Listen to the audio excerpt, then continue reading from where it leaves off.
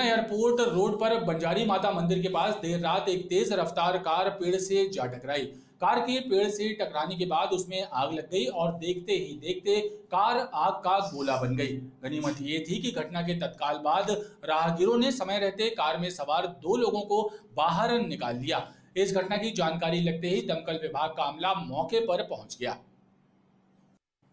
जबलपुर के डुमना एयरपोर्ट पर बीती रात एक तेज रफ्तार कार पेड़ से जा टकराई। इस घटना के बाद कार में आग लग गई और कुछ ही देर में आग ने कार को पूरी तरह अपनी चपेट में ले लिया। गनीमत ये रही कि राहगीरों और एक सुरक्षा गार्ड की मदद से पुलिस ने गाड़ी में सवार 2 युवकों अंश सोनी और शिवा सोनी को तत्काल गाड़ी से बाहर निकाल लिया। इस हादसे की खबर डुमना चौकी पुलिस ने दमकल विभाग को दी, जिसके बाद दमकल विभाग का अमला मौके पर पहुंचा और आग पर काबू पाया। बताया जाता है कि कार में सवार अंश और शिवा दोनों उत्तर प्रदेश मिर्जापुर के रहने वाले हैं और दोनों जबलपुर में दीक्षितपुरा में अपने रिश्तेदारों के यहां आए हुए थे। देर रात दोनों अपनी कार क्रमांक UP AW 4864 से डुमना एयरपोर्ट की ओर जा रहे थे। तभी लोमड़ी को बचाने के चक्कर में कार अनियंत्रित हो गई और पेड़ से टकरा गई, जिसके बाद कार में आग लग गई। रात में थाना खमरिया के डुमना चौकी के अंतर्गत एक कार तेज गति से डुमना एयरपोर्ट की ओर जा रही थी। अनबैलेंस होने की वजह से साइड में पेड़ से टकरा गई और जिससे उसमें आग लग गई है। सूचना मिलने पर वहां पे पहुंच करके लोगों को निकाला गया और ट्रीटमेंट के लिए भेजा गया है। इसमें अभी ये मामला जांच में है कि ये दुर्घटना किस प्रकार से हो गई है, क्या वजह थी, इसका अपन जांच कर रहे हैं। इस हादसे के बाद क्षेत्र में अफरा तफरी मच गई। दमकल विभाग ने आग पर काबू पाया, जिसके बाद लोगों ने राहत की सांस ली। वहीं इस हादसे में शिवा और अंश को भी मामूली चोटें आई हैं, जिन्हें इलाज के लिए निजी अस्पताल में दाखिल किया गया है। सूचना के अधिकार के बारे में जागरूकता लाने के लिए आयोजित कार्यक्रम के तहत आपकी RTI विंग के द्वारा प्रशिक्षण कार्यक्रम आयोजित किया गया, जिसमें RTI एक्ट से जुड़ी जानकारियां प्रदान की गई। RTI विंग के प्रदेश अध्यक्ष मनीष शर्मा ने बताया कि जबलपुर शहर के साथ ही शहपुरा समेत अन्य ग्रामीण क्षेत्रों में इस तरह के प्रशिक्षण कार्यक्रमों का आयोजन किया जा रहा है। मुख्यमंत्री जन सेवा अभियान को लेकर भाजपा पार्षद दल की एक बैठक नगर निगम अध्यक्ष रिंकू विज के कार्यालय में आयोजित हुई, जिसमें अधिकारियों के साथ निगम आयुक्त स्वप्निल वानखड़े भी मौजूद रहे। जनता की समस्याओं को प्रभावी तरीके से निराकृत करने के निर्देश अध्यक्ष ने दिए।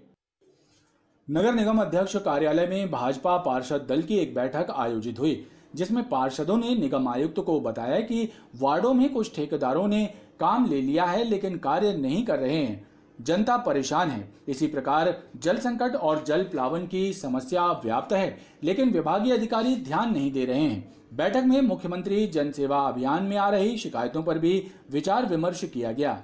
सम्मानीय पार्षदों के वार्डों में पार्षद मद एवं अन्य मद के कामों अभी कुछ प्रभावित हो रहे थे। कुछ ठेकेदार लोग जानबूझ के बहाने बना रहे थे काम नहीं करने के लिए। उन सब विषयों को लेके आज माननीय आयुक्त महोदय, माननीय अपर आयुक्त महोदय, सभी सम्मानीय पार्षदों ने उनको अवगत कराया उनके वार्ड की समस्याओं से। आयुक्त महोदय ने आश्वस्त किया है कि शीघ्र सभी सम्मानीय पार्षदों ने जो जो बातें बताई रखी उस पर अमल किया जाएगा और कार्य कराए जाएंगे। आज की इस बैठक में जल संकट एवं जल प्लावन को लेकर भी बात सम्मानीय पार्षदों ने रखी। जहाँ जहाँ पे जल संकट है वहाँ पे पाइपलाइन का काम विस्तार से चल रहा है, बोरिंग हो रही है लगातार वार्डों में, और जल प्लावन ना हो इसको देखते हुए भी अभी से निगम सतर्क होगा।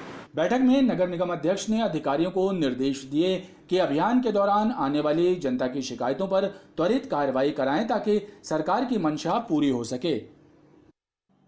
मध्य प्रदेश सरकार के वित्त विभाग ने 9 अधिकारियों के स्थान परिवर्तन की सूची जारी की है। नगर निगम के वित्त अधिकारी महेश कुमार कोरी को पशुपालन विश्वविद्यालय का वित्त अधिकारी बनाया गया है। उनके स्थान पर विद्यानंद वाजपेयी अब नगर निगम के वित्त अधिकारी होंगे। वित्त विभाग ने नगर निगम जबलपुर के वित्त अधिकारी महेश कुमार कोरी को हटाकर उनके स्थान पर विद्यानंद वाजपेयी को नगर निगम का वित्त अधिकारी बनाया है। महेश कुमार कोरी को पशुपालन विश्वविद्यालय जबलपुर का वित्त अधिकारी बनाया गया है। वहीं विद्यानंद वाजपेयी को जवाहरलाल नेहरू विश्वविद्यालय से स्थानांतरित कर नगर निगम लाया गया है। महेश कुमार कोरी 3 वर्ष से ज्यादा समय तक नगर निगम में पदस्थ रहे और अपने मधुर स्वभाव के कारण कर्मचारियों में लोकप्रिय रहे।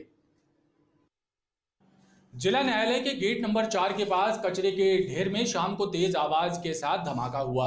इस धमाके से न्यायालय में मौजूद अधिवक्ताओं में दहशत का माहौल निर्मित हो गया। इस मामले की जानकारी पुलिस तक भी पहुंची और पुलिस का अमला छानबीन के लिए मौके पर पहुंच गया। पुलिस अधिकारियों का कहना है कि उन्हें मौके पर कुछ भी संदिग्ध नहीं मिला है और न ही किसी भी अधिवक्ता ने इस संबंध में पुलिस को कोई शिकायत की है।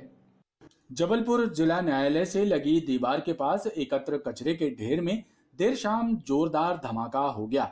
इस धमाके की आवाज को सुनकर न्यायालय और आसपास मौजूद अधिवक्ताओं में दहशत का माहौल निर्मित हो गया। चैम्बर में बैठे कुछ अधिवक्ता मौके पर पहुंच गए और उन्होंने मीडिया से धमाका जैसी आवाज सुनाई देने की बात कही।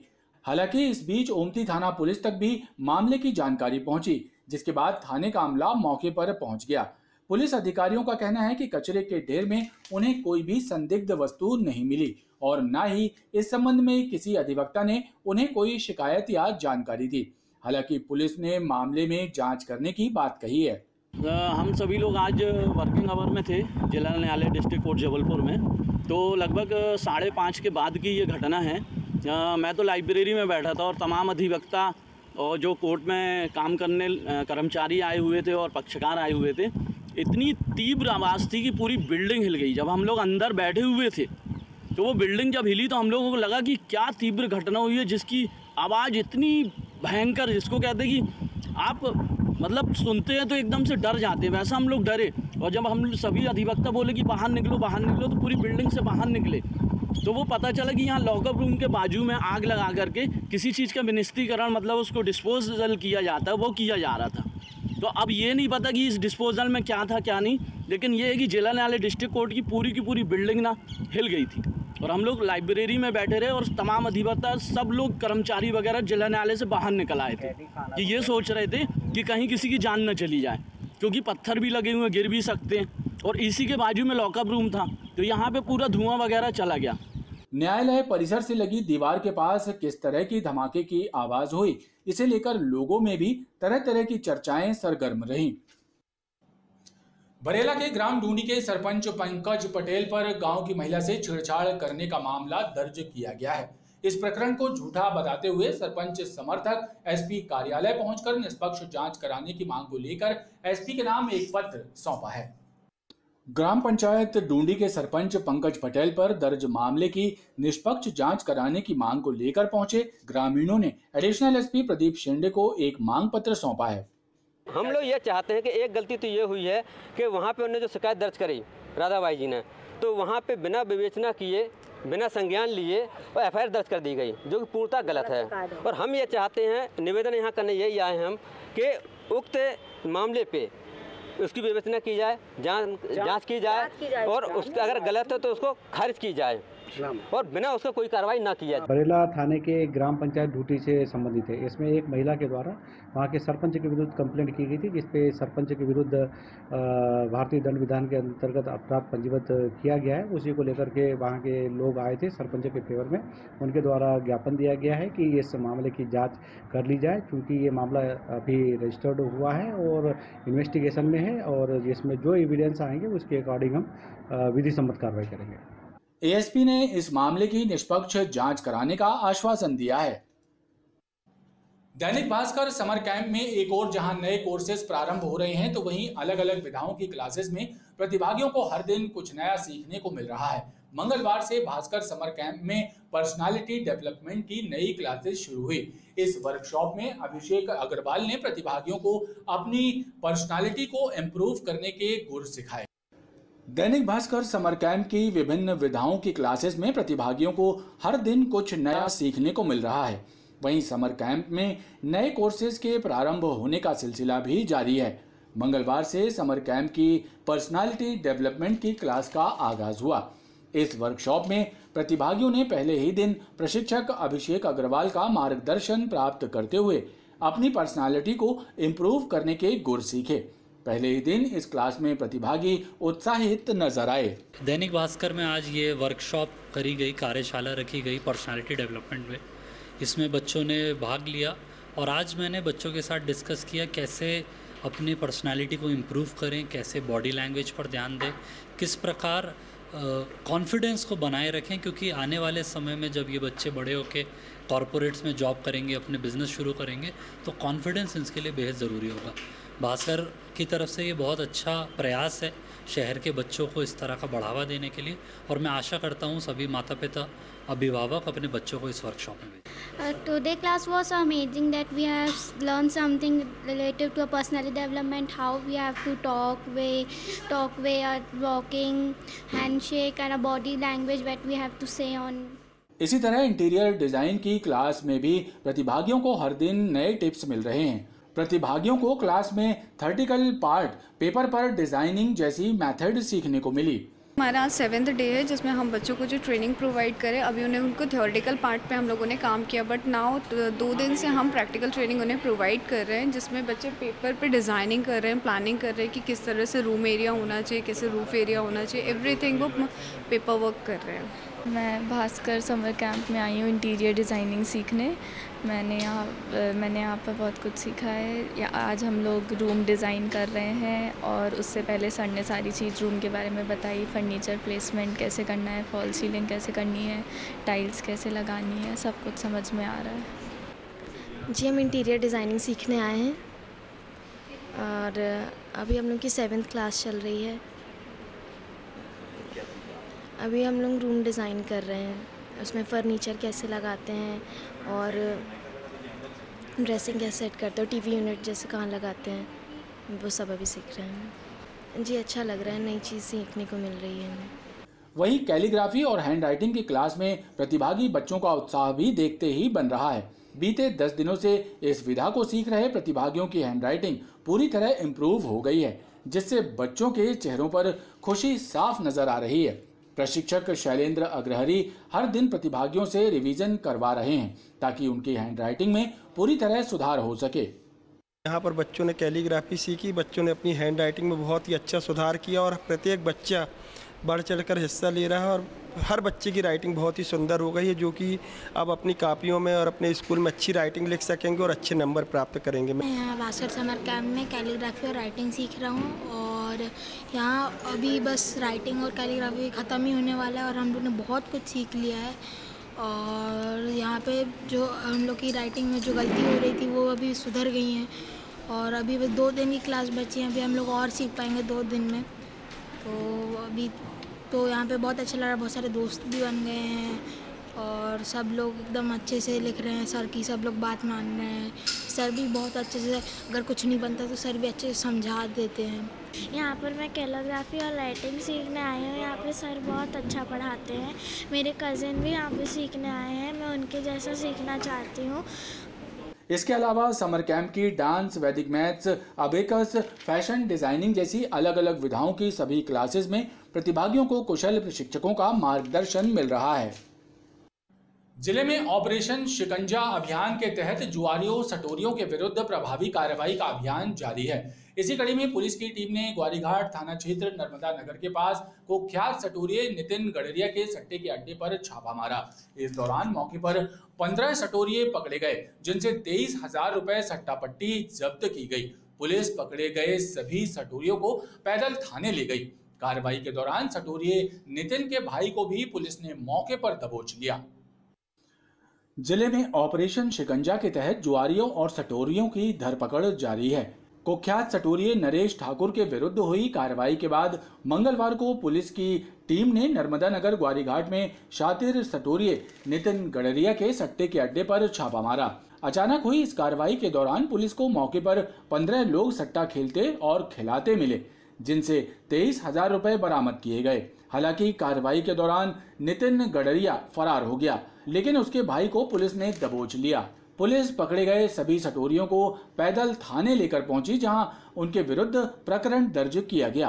माइक टू सिटी मैडम की सूचना पर एक सट्टा रेड किया गया था ग्वारीघाट क्षेत्र में नर्मदा नगर में, जहां से ये नितिन गडरिया का सट्टा है और नितिन गडरिया अभी फरार है। उसका भाई पकड़ा गया है, जिसको लाके थाने में बंद किया गया है।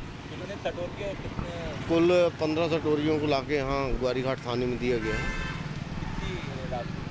लगभग 23,000 लाख समथिंग की राशि बरामद मिली है वहाँ से, घटना से। ये कब से चल रहा था, कुछ जानकारी? इसके बारे में जानकारी मेरे को नहीं है। सर कहाँ पे हो रहा था ये नर्मदा नगर में हो रहा था। दरअसल ये कार्रवाई additional SP city Priyanka Shukla के मार्गदर्शन में की गई। सट्टे के अड्डे पर प्रेम सागर पुलिस चौकी प्रभारी उप निरीक्षक प्रभाकर सिंह परिहार और उनकी टीम के द्वारा रेड की अचानक हुई इस कार्रवाई से सटोरियों में हड़कंप मच गया। भारतीय पुनर्वास परिषद, सामाजिक न्याय और अधिकारिता मंत्रालय, भारत सरकार, सीआरसी भोपाल और विकलांग सेवा भारती के संयुक्त तत्वावधान में राष्ट्रीय शिक्षा नीति 2020 के संदर्भ में दिव्यांगता के क्षेत्र में प्रशिक्षण संस्थानों की क्षमता निर्माण और मानव संसाधन विकास संबंधी 2 दिवसीय राष्ट्रीय कार्यशाला का जबलपुर में उद्घाटन हुआ। इस कार्यशाला का शुभारंभ केंद्रीय मंत्री सामाजिक न्याय एवं अधिकारिता मंत्रालय डॉक्टर वीरेंद्र कुमार खटीक, सांसद राकेश सिंह और दिव्यांग जन सशक्तिकरण विभाग के सचिव राजेश जायसवाल के कर कमलों से हुआ। सामाजिक न्याय और अधिकारिता मंत्रालय के एक संविधिक निकाय भारतीय पुनर्वास परिषद, सीआरसी भोपाल और विकलांग सेवा भारती के संयुक्त तत्वावधान में जबलपुर में राष्ट्रीय शिक्षा नीति 2020 के संदर्भ में दिव्यांगता के क्षेत्र में प्रशिक्षण संस्थानों की क्षमता निर्माण और मानव संसाधन विकास संबंधी 2 दिवसीय राष्ट्रीय कार्यशाला आयोजित की गई।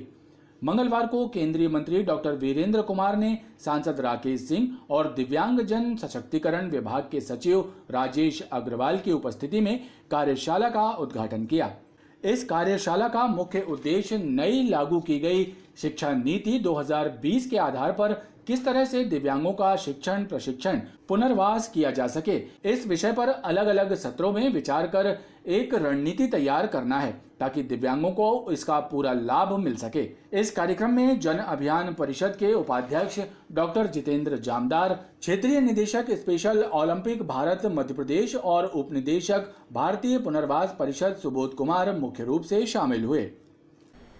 आगामी 2020 से जो नई शिक्षा नीति लागू हुई है उसका समायोजन किस तरह से दिव्यांगों की शिक्षण प्रशिक्षण एवं उनका पुनर्वास किया जा सके, इस पे यह आयोजित है कार्यशाला।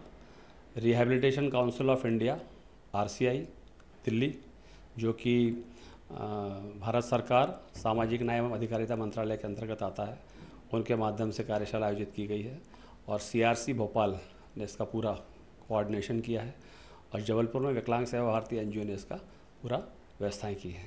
जो वर्कशॉप है ये 2 दिवसीय राष्ट्रीय कार्यशाला है, जिसमें भारतवर्ष के 11 राज्यों के जो ट्रेनिंग कोऑर्डिनेटर्स हैं, हमारे ट्रेनिंग पार्टनर हैं, जो फैकल्टी हैं, जो टीचर्स ट्रेनिंग प्रोग्राम में कहीं न कहीं काम कर रहे हैं, कंट्रीब्यूट कर रहे हैं, उनका ये वर्कशॉप है। वर्कशॉप का मूल उद्देश्य है जो NEP 2020 जो कि राष्ट्रीय शिक्षा नीति 2020 के तत्वाधान में उनके जो वेरियस रिलेवेंट प्रोविजंस हैं, उस प्रोविजंस के आधार पर RCI अपने कोर्स करिकुलम को किस प्रकार उसको मतलब कि मॉडिफाई करेगी, जिससे कि NEP 2020 का जो पर्पस फुलफिल हो और साथ में जो हमारे टीचर्स हैं उनको इस नई शिक्षा नीति से क्या लाभ होगा और इसके और कोर्स करने के बाद जब वो दिव्यांग बच्चों के साथ काम करेंगे तो उनमें NEP 2020 और RPD Act 2016 का भी दोनों का समागम होगा। नई शिक्षा नीति में दिव्यांगों के लिए क्या प्रावधान है, क्या प्रोविजन है? देखिए, नई शिक्षा नीति में दिव्यांगों के लिए खासकर जो है ये प्रावधान है जिसको UDL लर्निंग की बात कही गई है, यूनिवर्सल डिजाइन ऑफ लर्निंग, यानी वो एक ऐसा कंसेप्ट दिया गया है जिसमें हर एक दिव्यांग बच्चों को उनकी क्षमता के अनुसार और उसी एक वातावरण में उनको इंक्लूसिव सोसाइटी में, इंक्लूसिव सेटअप में शिक्षा और प्रशिक्षण शिक्षण दोनों का ये प्रावधान है और इसी कारण से ये इंक्लूसिव एजुकेशन जो है दिव्यांग बच्चों के विकास में एक महत्वपूर्ण योगदान करने जा रही है।